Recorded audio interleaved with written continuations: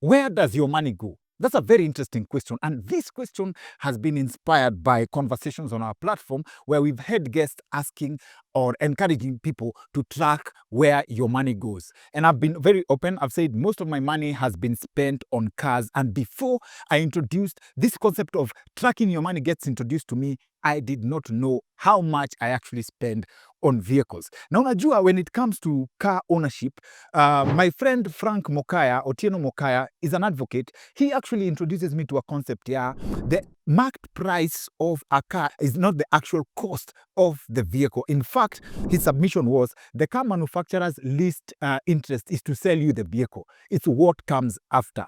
And that begs the question, yeah, how do I end up spending 12 million on a car that is only worth 3 million Kenya shillings?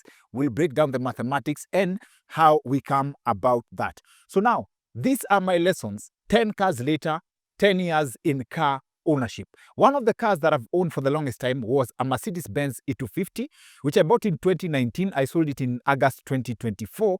And the first time I started processing the idea of how much did it cost me to own this vehicle, which again, I bought for 3 million bob.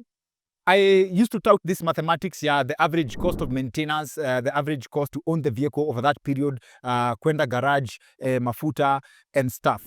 And I've been touting a figure of 4 million shillings over and above the cost of owning the vehicle. Then I meet my friend Jackson, who introduces me to another variable that I had not factored in. He did the math and we arrived at a figure of 12 million Kenya shillings. Was that proper use of resources? Was that wisdom?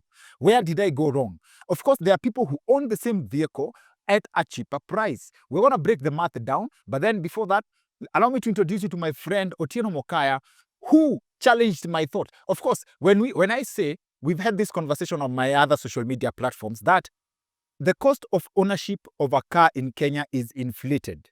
All right? What this means is if a car is valued 3 million Kenya shillings, it's possible to buy that car outside Kenya for a third of the price, probably $1 million bob. That's a conversation for another day. But then again, even with the exorbitant prices in Kenya, my friend Mokaya told me that there are people who are actually driving high-end vehicles, millions, not 10 times the price, 30 million, 40 million, and they're driving them for free. How do they do it? My friend Mokaya, senior counsel Otieno Mokaya, drives a very nice car. But he told me someone laughed at him when he said that he bought his car straight cash. And it introduces me to another concept here. There are people who actually drive cars for free, high end. And I'm not talking at the 3 million, 4 million bob cars, 40 million bob cars they are driving for free. Uzuri, I've ambushed him. I've nimemutafuta so that he can make the comment so that we can go over the math pamoja. Senior counsel, how do people drive cars for free? And why did someone laugh at you for saying that you bought your car straight cash? So this is utajitetea ukiwa wapi? Now, the principle is that kwenye mti hakuna wajenzi. Like the same thing transits to finances. Banks or financial institutions have a habit of giving money to people who don't need it.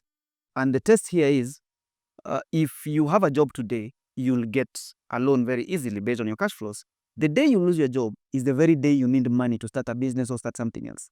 That's the day your bank will not give you money, irrespective of what your financial history is. So the key thing here, or the key word here, is cash flows. So if you have the money, you can jump on any deal. But if you don't have the money, then it is not any story. So people have learned, or financial experts have learned, how to buy a car for free by safeguarding their cash flows or their liquidity. So let's say you're buying a 40 million car, but you realize that 40 million couldn't be the same capital you want to jump on any business or to run your business. So what do? The same principle. Banks will loan you money when you don't need it. So you will take debt, but not really take debt. So transitional debt. My words might fail me because I'm not an expert in finance.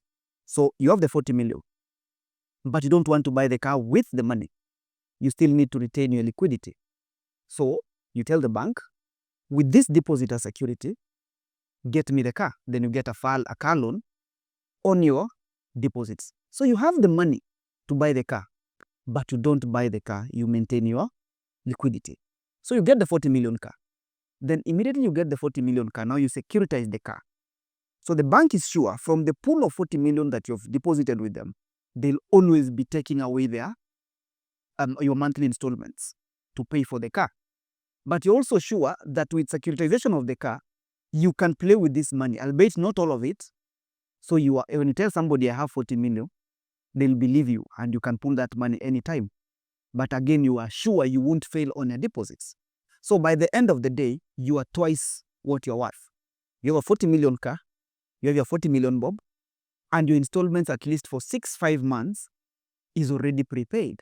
So when you get a deal that needs 35, 20 million, you won't tell them niko na gari sina do. You realize you have the car and you have the money to jump on that deal. With time, if your risks and your business strategies are good, you realize in 4 or 5 years, you'll have your money because this money is multiplying in the businesses you're doing, and you still have the car and you're not in debt.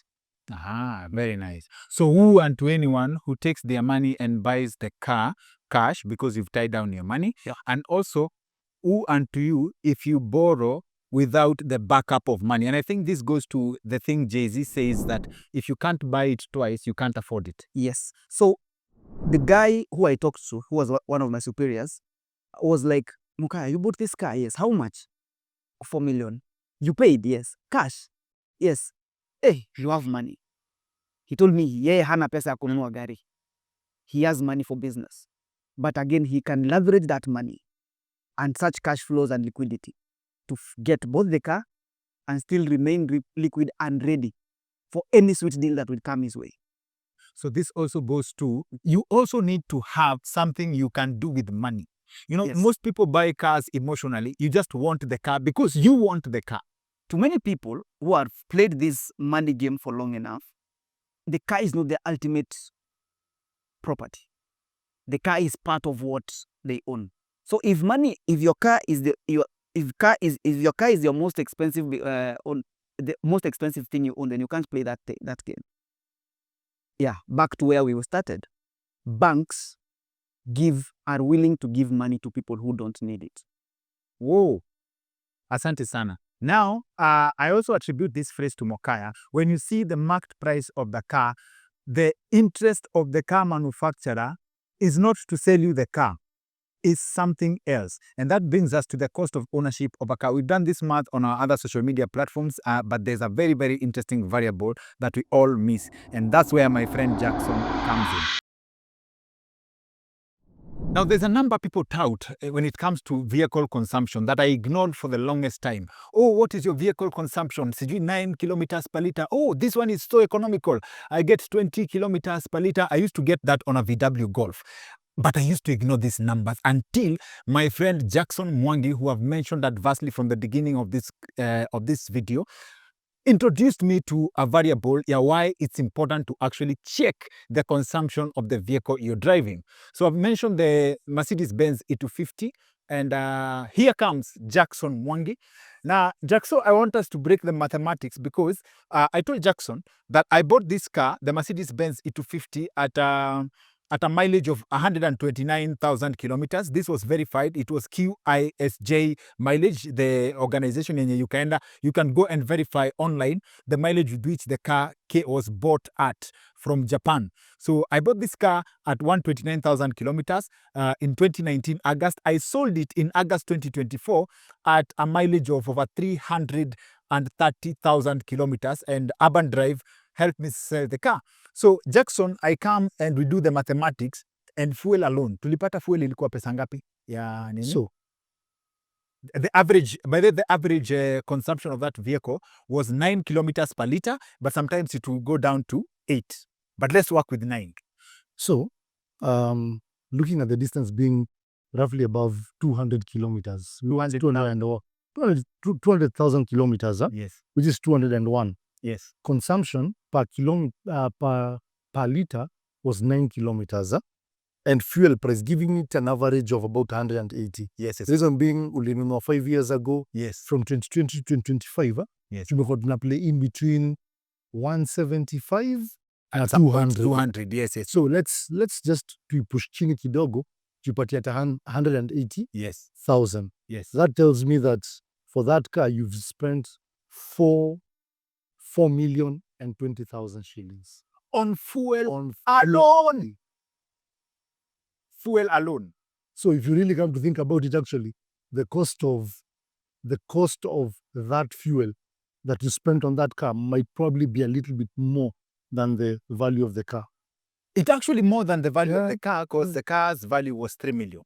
You see, So now, hiyo ni fuel peke yake. okay. Sawa, kuja kwa maintenance, and here's where I think I went wrong with ownership and maintenance of that vehicle. Before I got a good mechanic anaitwa Kevin. Kevin did a great job on that vehicle. But before that, I found out that I used to buy parts at probably 3 or 4 times the price. And there's something mechanics tell us in Kenya, don't buy at genuine parts, buy ex-Japan. Nonsense. And sasa now, Nonsense.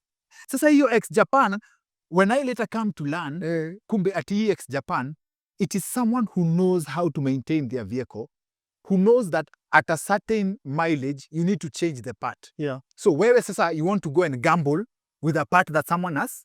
And actually that market is very crooked. Ukisikia mtu anakwambia vitu za ex-Japan, because majority of them, what they do is either they remove parts from accident cars, old cars, cars which can't be used, but unaangalia engine, ni kama hii gasket inakaa vizuri, hii bush ilikuwa imechenchiwa. So majority of those parts probably they're not even genuine. It's not from new cars that over time wanakuja wanazireplace. No, it's someone who had their own normal car, anaitumia kawaida, he was changing parts, but just because it's from the UK, tunaita ex-UK. And you see, that's one of the things that hapa Kenya watu wanakulia sana, which is not right, because majority of those parts are not even. I remember the other day I did a engine mounting. I went with that engine mounting for 3 months, ikakatika. Yet nilikuwa nimeambiwa it's an ex-UK, a good quality. But then I did a new one nimekaa nayo for probably even more than a year. It's another way of people making money here. If you really come to listen to the language of business, especially in Kenya, guys know how to make money. Aya. So now, mimi by owning that vehicle, if I took that vehicle to a garage na mechanic nimuulize bili yangu ya leo ni ngapi, aseme 40,000, nilikuwa nasema oh thank God, Yeah. like this is a fair deal. Alafu unapata, by virtue of the fact I used to buy parts that would break down tena na tena, utapata my trips to the mechanic zilikuja zikikuwa frequent as you go by. At some point I did an average, kama there's a time I replaced the alternator several times on one vehicle. Unapata I used to buy an alternator for 48,000, alafu unalipishwa labor kama 4k, so inakuja around 52k. Unafikiria umeua, until I found someone else who sold me the same alternator for 25,000, akaniekea na labor ya 1,000. You understand? So on average, hizi maparts, because kuna time unapata the pipes were breaking. It's a 1.8 liter engine, so I'm told the engine was smaller than the power it was pushing. So inaenda iki break pole pole. On average, that vehicle, tukitoa mafuta, tukisema if it cost me an average let's say 60k kwenda kwa garage, kwa sababu there's a December nilipigwa bili ya 350k. So let's say an average of 70,000 per month, okay? Insurance on that vehicle alone ilikuwa inakuja kama 15,000 per month from when I bought it. So hiyo gari ukiipark, you don't use it, usiseme hautatumia mafuta, itakukata tu 15,000 by default Every month. Every month, okay? Yeah. Because tuko na hii kitu ya, you want comprehensive, you want like when anything happens to your car, you want it in the same condition you bought it for, you want to maintain value of the car, kumbe it's actually losing value, okay? Yes. So now unapata this figure, I did the math inakuja like on average 100,000 ukifactor in hizo vitu zote, maintenance and everything. And I fault myself because there was a time I was told that DT Dobby was selling a brand new engine ya hiyo vehicle, 0 mileage at 750,000.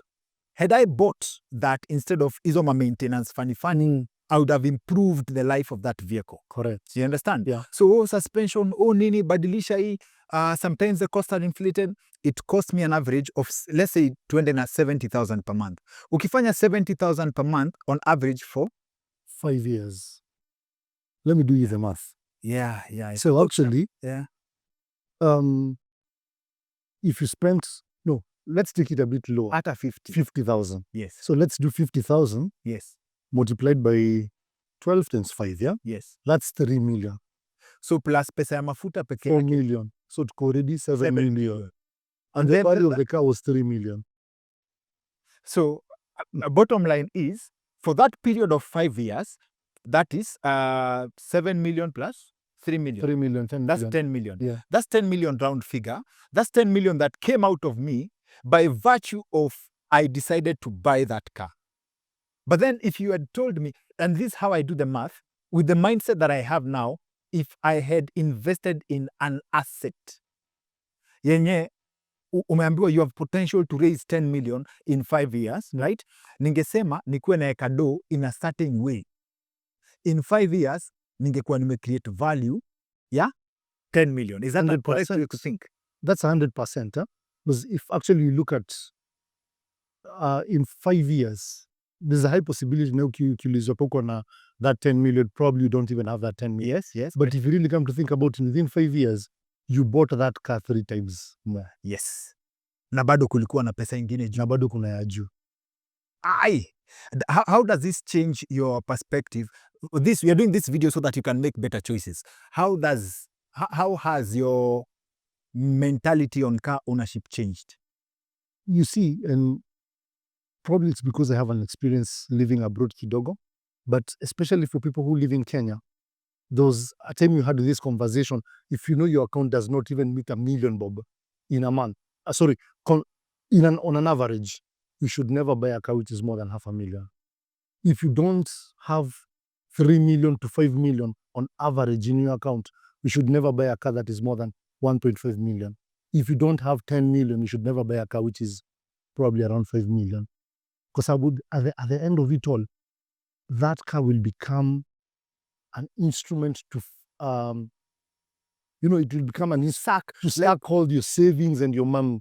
And that's why you see majority of the time, if you go abroad, guys will probably prefer buying extremely simple cars.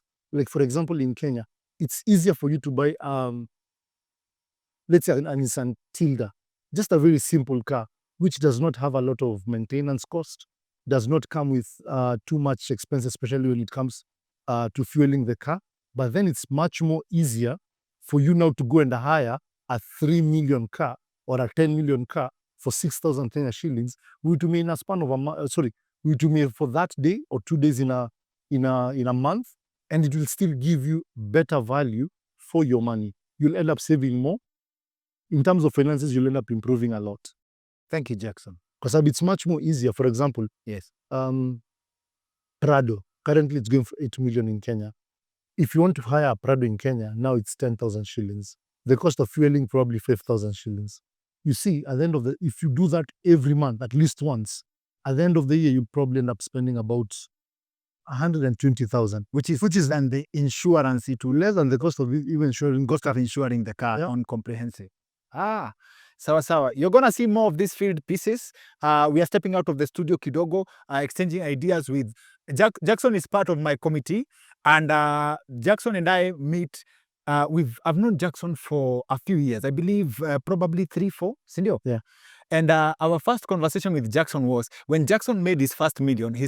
I've mentioned this on our podcast. When Jackson made his first million, his father told him, he went and asked his dad, what should he do with the money?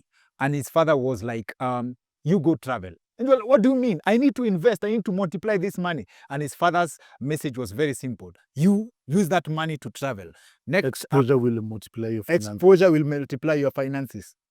I'll try get Jackson on another conversation to break for us down how that advice changed his life. And I'm sure, and I guarantee you love his money mindset. I've been your host, Dr. Kingori. I'll see you on the next one. Make better choices.